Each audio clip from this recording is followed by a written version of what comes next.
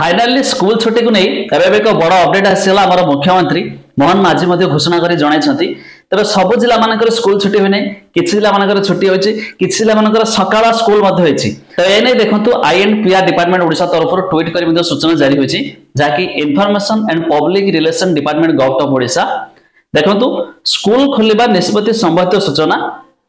पाणीपाग विभाग सूचना को भित्ति करी स्कूल खोलिबा निष्पत्ति ग्रहण करने मान्यवर मुख्यमंत्री श्री मोहन चरण माझी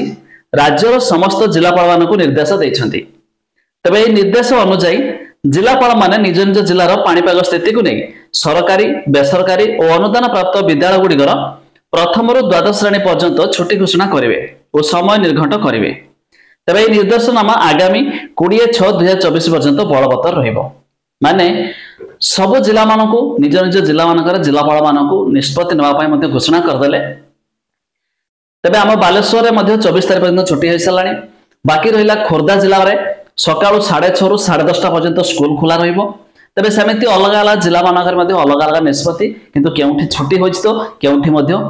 जेमिति कि कहले सकाळ स्कूल होछि तेबे जदि आपनक जिलार कथा आपण जानिथिबे तेबे निहाती कमेंट करंतु ए आसीगला किछि बड़ अपडेट जाकि मुख्यमंत्री घोषणा करदेले जिलापाल माने निष्पत्ति नियंतु।